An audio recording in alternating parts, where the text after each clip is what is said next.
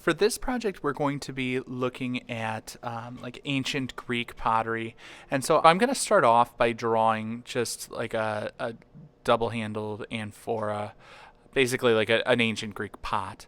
Um, and I am going to use simple lines and shapes to make it oval at the top where the opening is. I'm going to make arcing lines to divide it up into segments where I can make different patterns and illustrations to decorate it.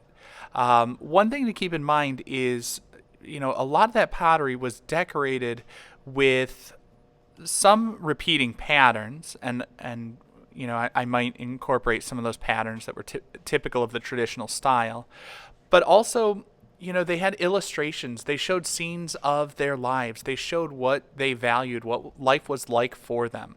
So I thought about my day as I was making this. And, I went out to a forest preserve to walk with my family. So I drew a flowered pattern to indicate the nature that we had enjoyed that day.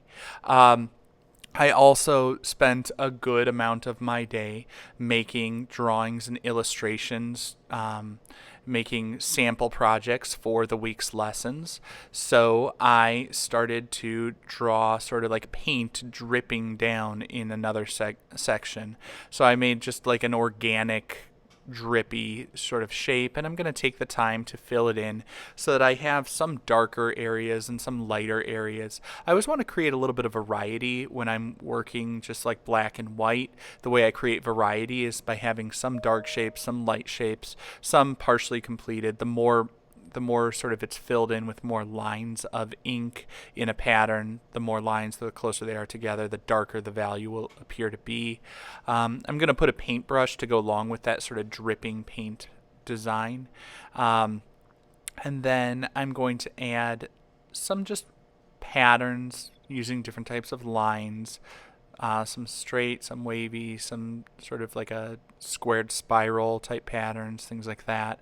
I spend a lot of time reading with my children, so I'm going to draw a little image of, a book up at the top section.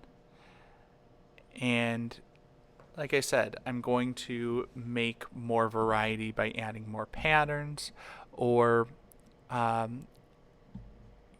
sometimes I'll put symbols in those patterns. The way I've got like ghosts, almost like polka dots, because I spent a bit of time walking around with my kids looking at the spooky October decorations and stuff like that in the neighborhood. Now, after that, I'm going to add a little bit of color. The technique that I'm using here is I'm just putting lines of ink from my marker around the edges. I put brown on one side and orange on the other side so that I've got a little bit of like a darker shadow on one side and a sort of a medium tone on the other. And I put a little bit of yellow where the highlight would be. Now I'm using just an ink wash technique, painting over those marker lines with just water on the brush. So the water mixes with the ink from my washable markers and it spreads like a watercolor paint.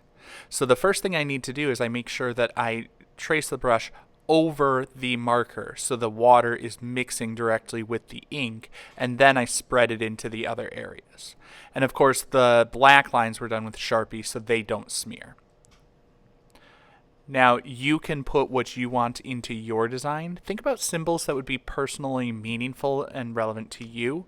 It doesn't have to be covered every inch with significant symbols and illustrations. You can also incorporate traditional patterns and designs into it, but make your own Greek-style vase with a variety of patterns, symbols, and try to also create light, medium, and dark values, because that shading will make it look a little bit more rounded and three-dimensional.